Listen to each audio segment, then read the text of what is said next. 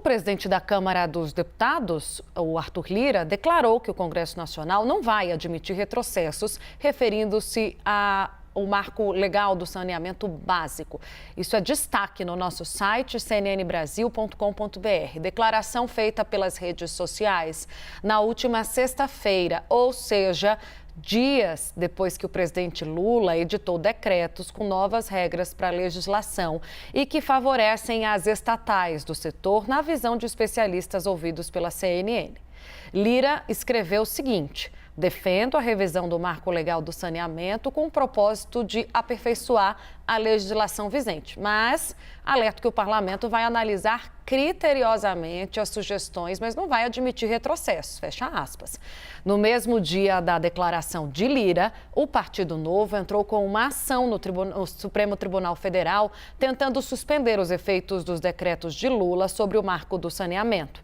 O partido argumenta que os princípios constitucionais teriam sido violados pela medida. A medida do governo Lula contrariou desde a oposição no Congresso até mesmo integrantes da base aliada, especialmente na Câmara dos Deputados.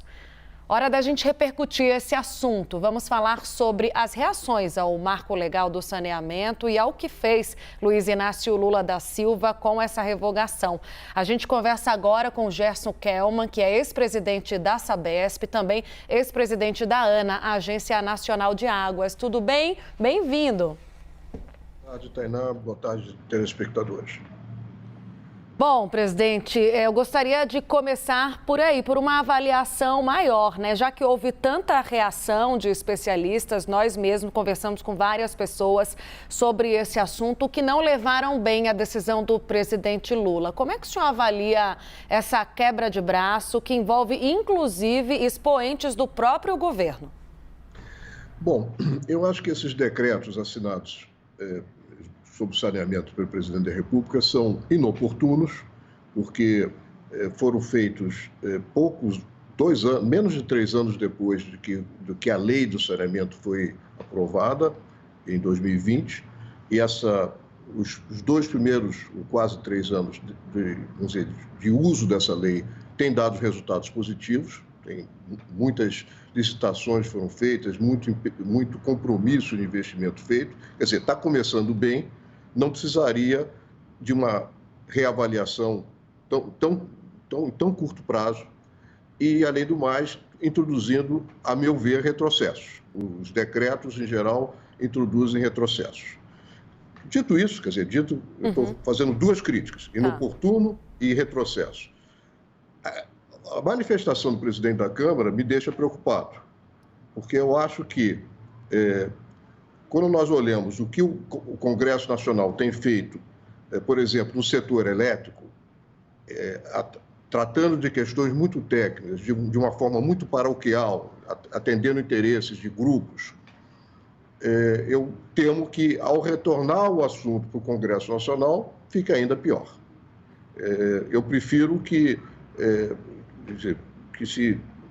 o setor de saneamento absorva esse retrocesso, é um retrocesso, mas que se evite um que pode ser pior ainda se vier ao Congresso Nacional. Nós não temos tido boas experiências com a participação do Congresso Nacional em temas muito técnicos, né? Isso não tem sido bem sucedido, e eu estou me referindo aqui mais especificamente ao setor elétrico. 2020, quando foi feito o marco de saneamento, houve uma grande convergência, todas as tendências políticas convergiram, não era uma coisa do governo Bolsonaro, vinha até mesmo do governo Fernando Henrique Cardoso. Essa discussão sobre aperfeiçoamento do saneamento começou lá em 2001, 22 anos atrás, no governo Fernando Henrique Cardoso, com o projeto de lei 4147. Depois foi materializado no governo Temer e finalmente aprovado por grande convergência em 2020. Não faz sentido o tema retornar ao Congresso agora. Pode piorar. Eu estou entendendo, presidente, que o senhor está tratando essa decisão do presidente Lula como assodada e, ao mesmo tempo, alertando para uma preocupação de que esse caso seja visto na discutido na Câmara dos Deputados, sem a presença de especialistas e técnicos que foram as pessoas que ajudaram a fazer esse marco legal do saneamento. O senhor vê alguma saída, porque eu até no início falei revogação, mas é flexibilização, para uma flexibilização que para especialistas é exagerada e fora de um timing para o governo? Olha, a minha preocupação é o seguinte, esses decretos têm uma série de retrocessos que, se você quiser, Tainá, eu posso enumerar. Mas tem uma coisa que me pareceu boa, um avanço, um único, vários retrocessos e um avanço. O avanço é o seguinte, até então, esses 2 anos, foram as licitações que foram feitas para prestação de serviço de saneamento, foram quase todas na base de quem pagava mais o governante de plantão, ou o prefeito ou o governador de plantão. Quer dizer, pelo chamado outorga, pelo pagamento, pelo direito de prestar o serviço.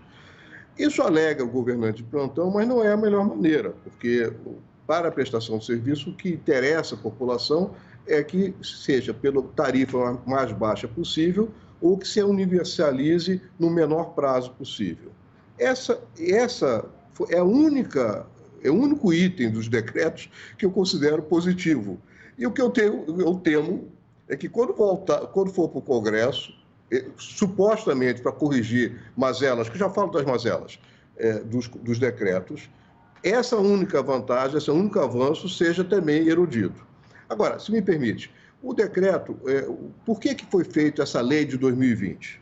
Vamos fazer uma pequena comparação com o setor elétrico. Se você olhar o setor elétrico, praticamente todas as residências do Brasil têm acesso à eletricidade. Não é o caso do saneamento, eu não vou repetir os números, porque eles são muito conhecidos, que a população, grande parte da população não tem acesso ao saneamento.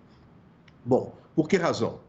Porque, na realidade, a regulação desse serviço de saneamento, quem é responsável pelo serviço de saneamento, ficou na escala municipal e não na escala federal. Então, você ficou como se fosse uma torre de Babel, muitas regras diferentes, muito difícil você ter prestadores privados capazes de entrar nesse ambiente muito pulverizado. Então, entendendo isso, a lei de 2020, o Marco Legal, resolveu criar alguns incentivos para, 1, regionalização, 2, uniformização regulatória, né? E 3, mais importante que tudo, competição. Introduziu a competição. Até então, as empresas estatais tinham os contratos com municípios sem competição. Agora, com a lei, vamos dizer, a lei introduziu que exigia competição. Então, competição, regionalização e uniformização de procedimentos, de regras, eram 3 grandes avanços da lei de 2020 que foram muito atenuadas pelos decretos. Essencialmente, os decretos atenderam os interesses dos governadores que têm empresas atrasadas, nem todas são atrasadas, tem empresas públicas muito boas. Essas empresas públicas muito boas, como Sabesp, Sanepar, Copasa, essas competem com as empresas privadas. Elas podem entrar em licitações em outras regiões, etc., é tudo bom. Agora, há empresas estatais ineficientes, e os interesses dessas empresas estatais ineficientes e de suas corporações foram privilegiados em detrimento do interesse da população, no meu entender, é claro. Uhum. Bom, presidente, eu agradeço demais a sua participação, sobretudo as explicações e o seu olhar técnico sobre uma questão que ainda vai demandar muito diálogo. Estamos acompanhando com lupa esse assunto. Conversamos agora com o Gerson Kelman, que foi presidente da Sabesp e também presidente da ANA, a Agência Nacional de Águas. Até uma próxima. Obrigada.